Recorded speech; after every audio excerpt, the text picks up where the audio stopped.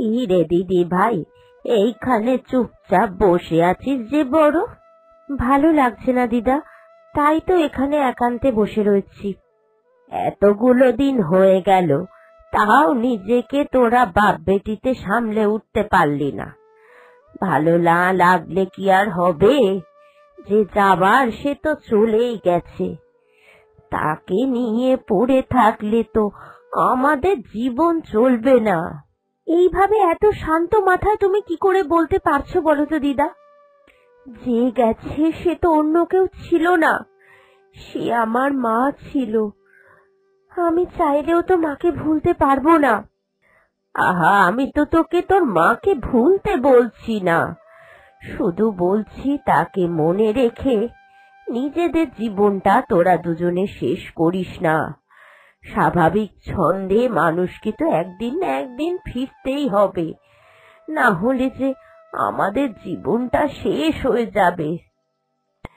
এই সকাল থেকে তুই এখানে চুপটি করে বসে রয়েছিস, না সারা দিন না খাওয়া দাওয়া করে দেখেছিস মুখ চোখ কেমন শুকিয়ে গেছে। কিছুটি পেটে পড়েনি নিশ্চয়ই এখনো? না, খাওয়া হয়নি। আমি ঠিক খেয়ে নেব, তুমি যাও খেয়ে নাও। শোনো মেয়ের কথা, তোকে না খেতে দিয়ে কি আমি খেতে পারি? তোর মা যদি শোনে যে আমি তার মেয়ের অবহেলা করেছি, তোর মা উপর থেকে আমায় ছেড়ে কথা বলবে। ভগবানের কাছে আমার নামে সরাসরি নালিশ জানিয়ে দেবে এখন। নে নে চল। দিদা, বললাম তো আমার এখন ভালো লাগছে না, তুমি যাও, আমি খেতে বসছি। আমি চলে গেলেই তোর আর খাওয়া হবে না। আজ আমি তোকে না নিয়ে কিছুতেই যাব না, পাশে বসিয়ে পেট পুড়ে খাওয়াবো। চেহারাটার কি অবস্থা হচ্ছে শুনি, দিন দিন দড়িদংশ পাকিয়ে যাচ্ছে একেবারে। চল, উঠবি খাবি, তাড়াতাড়ি চল আমার সঙ্গে। বুঝেছি, তুমি আমায় না খাইয়ে কিছুতেই ছাড়বে না। ঠিক আছে, চলো।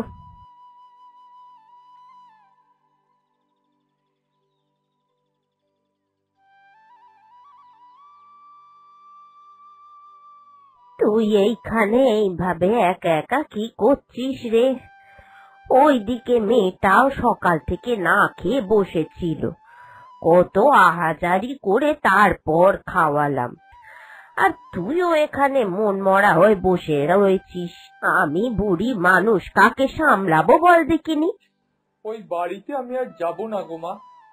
আমার এই লক্ষ্মীমন্ত বউটা সারাদিন বাড়িতে ঘুরঘুর করতো, আজও চলে যাওয়ার পর ওই একা শূন্যতা যেন আমায় গিলতে আসে।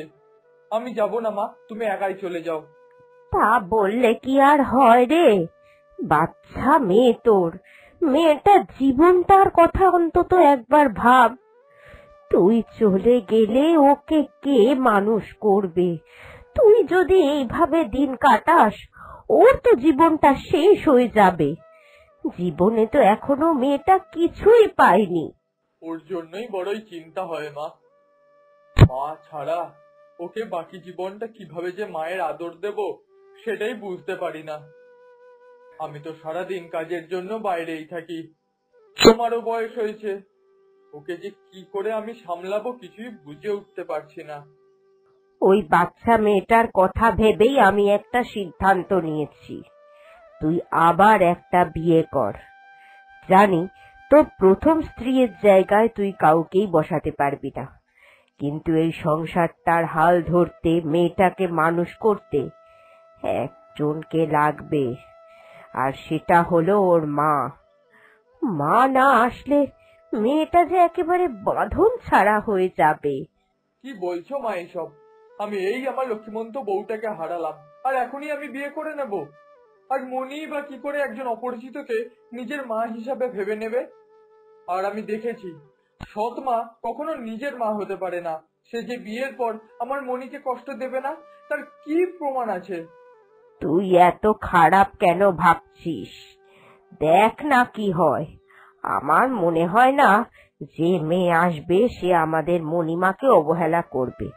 মণিমা অবহেলা করার মতো মানুষই নয়।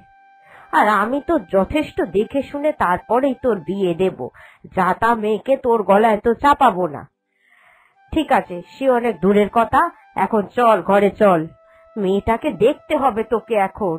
চল তো, আর এখানে বসে বসে শোকতাপ পালন করতে হবে না, চল তুই।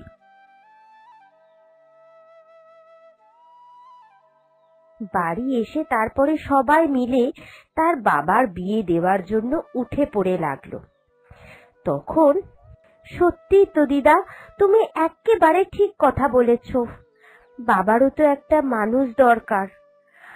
আর এই সংসারে যদি আমার নতুন মা হয়ে কেউ আসে তাহলে আমার কোনো আপত্তি নেই।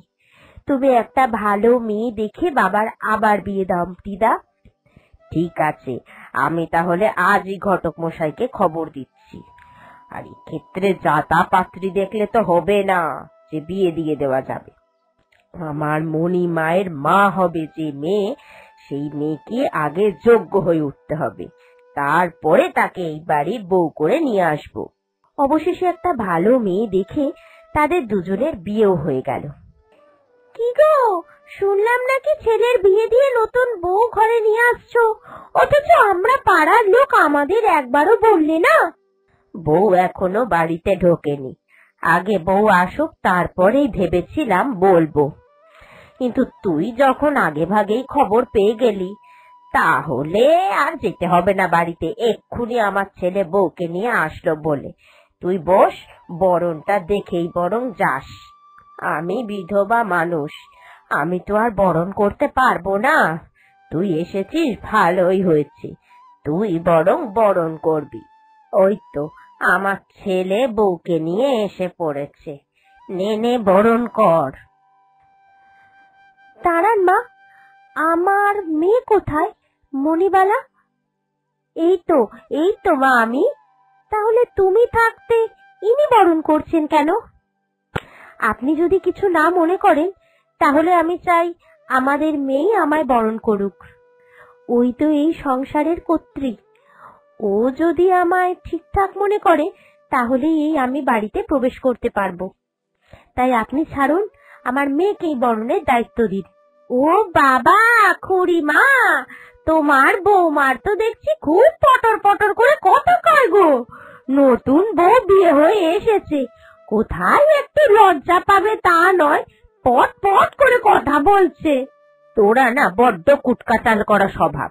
ও তো ঠিক কথাই বলেছে, ওর মেয়ে হলো এই সংসারের সব, তাই ও চাই ওর মেয়ে যাতে ওকে বরণ করুক। উফ, তোরা মানে পাড়ার লোকজন এত কুটকাচালি করে, সংসারে আগুন না লাগলেও তোরা জোর করে আগুন লাগাবি। নে মণিমা, বরণটা কর তো দেখি তুই। আসো মা, এবার তুমি ঘরে আসো। এ কি বৌমা, তুমি আজ প্রথম বিয়ে হয়ে এই বাড়িতে এলে, এসেই রান্নাঘরে ঢুকে পড়লে। আমি না রান্নাঘরে ঢুকলে এতজন মানুষ কি অভুক্ত থেকে যাবে? আমি তো আগে থাকতেই জানতাম এই সংসারে আমি ছাড়া কাজ করার কেউ নেই, সেই জন্যই প্রথম দিন এসে দায়িত্বটা নিয়ে নিলাম। আর আমায় আজ বাদে কাল করতেই হবে, তাই প্রথম দিন থেকে করি আর দুদিন পর থেকে করি, সেই একই ব্যাপার। আমি এতদিন এই বাড়িতে ছিলাম না, সেই জন্যই আপনি রান্না করেছেন, কিন্তু আমি থাকা সত্ত্বেও আপনার মতো বয়স্ক মানুষ কিংবা ওই মুনির মতো বাচ্চা মেয়ে যদি কাজ করে তাহলে আমার আর লজ্জার শেষ থাকবে না মা। আপনি বরং যান, রান্না হয়ে এসেছে, রান্না হয়ে গেলে আমি সবাইকে খেতে ডাকবো। কিরে মনি, এত সকাল সকাল তুই পুকুর ঘাটে যে, তাও আবার বাসন মাজছিস? বাবা গো বাবা, তুই তো কোনোদিন বেলা 11টার আগে ঘুম থেকেই উঠতিস না, সেখানে আজ সকাল 7টা বাজতে না বাজতেই পুকুর ঘাটে এসে বাসন মাজতে লেগে পড়েছিস। বাড়ির কোনো কাজে তোকে হাতই লাগাতে হতো না, সব তোর দিদা না হলে বাবা মিলে করে দিত, সেখানে তোরা যে অবস্থা। সত্যি নিজের মা আর সৎ মা, দুই মায়ের মধ্যে কত পার্থক্য তা দেখলেই বোঝা যায়। এসব কথা তুমি একেবারে ঠিক বলছো না, আমার মা আমায় যথেষ্ট ভালোবাসে, আর মা আমায় বলেছেন যে বেশি বেলা করে ঘুমানো স্বাস্থ্যের পক্ষে ক্ষতিকর, সেই জন্যই তো তাড়াতাড়ি করে এখন ডেকে দেয়। আর আমি মেয়ে মানুষ, একটু একটু বাড়ির কাজে হাত না লাগালে হয়? বাড়ির কাজ শিখে রাখা মেয়েদের পক্ষে খুব জরুরি, সেই জন্যই মা আস্তে আস্তে আমায় কাজ শেখানোর জন্য কাজ করাচ্ছে। এইসব তোর মা তোরকে মাথা খাবার জন্য বলেছে। পাড়ার 4টে লোক তো 4টে কথা বলবে যে সৎ মা মেয়ের যত্ন নেয় না। সেই জন্যই আর কি তোকে বুঝিয়ে বাঁচিয়ে এসব ভালো কথা বলে নিজের কার্যসিদ্ধি করে নিচ্ছে। না হলে তুই বল না, তোর মা আজকে তোকে সকালবেলা কি খেতে দিয়েছে বল? ভাত, আলু সেদ্ধ আর ডাল।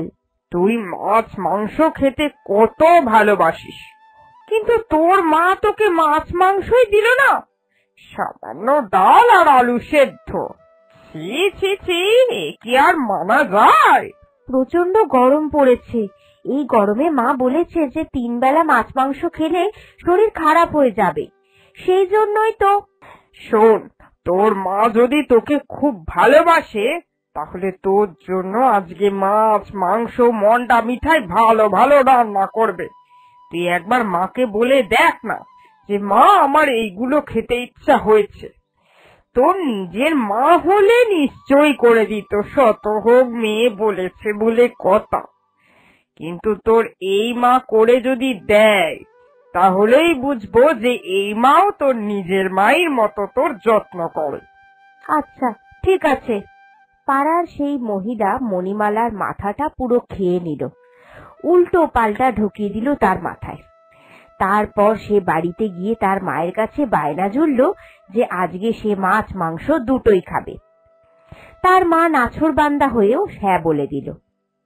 এদিকে রাতের বেলা খেতে বসে, এ কি মা, আমি যে তোমাকে বলেছিলাম আজকে মাছ মাংস দুটোই করতে, তুমি এইসব মাংসের ঝোল টেলটেলানি কি রান্না করেছো? আমি তো এসব খাই না। ও দিদা, তুমি মাকে বলোনি আমি এগুলো খেতে পারি না? খুব গরম পড়েছে, এই গরমে ওইসব অতিরিক্ত খাবার খেলে তাহলে আর দেখতে হবে না, পেটের সমস্যায় বিছানায় পড়ে যাবে।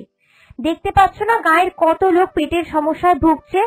এখন যত বেশি করে জল খাবে আর শাক সবজি পাতা নাতা খাবে ততই তোমার শরীরের পক্ষে ভালো। যা দিয়েছি সেটা চুপচাপ খেয়ে নাও। না, আমি কিছুতেই খাবো না। তুমি আমার উপর অত্যাচার করার জন্যই এইসব খাবার খাওয়াচ্ছ, আমি খুব ভালো করে বুঝতে পেরেছি। আর যাতে 5টা লোক 5 কথা না বলতে পারে সেই জন্য ভুল ভাল যুক্তি তর্ক দিয়ে মানুষগুলোকে বোঝাচ্ছ। তুমি আমার সৎ মা, সৎ মা কোনোদিন নিজের মা হতে পারে না, সেটা তুমি প্রমাণ করে দিয়েছো আজ। খাবো না আমি আজকে।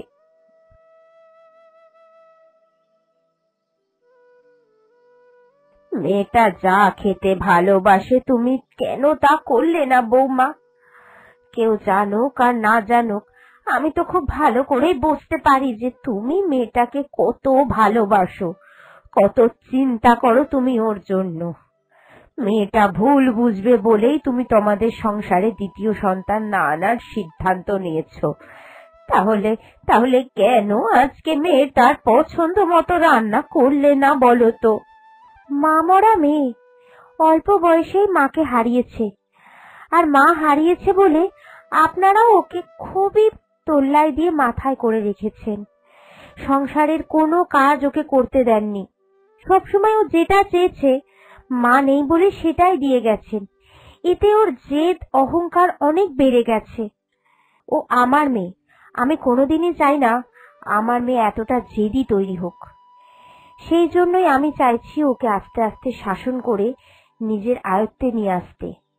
এর জন্য যদি আমায় কঠিন হতে হয় আমি হব। ওর ভবিষ্যৎ ভালো করার জন্য আমাকে যা করতে হয় আমি তাই করব। আগামীকাল সকালে আমি ওকে শহরে পাঠিয়ে দেব।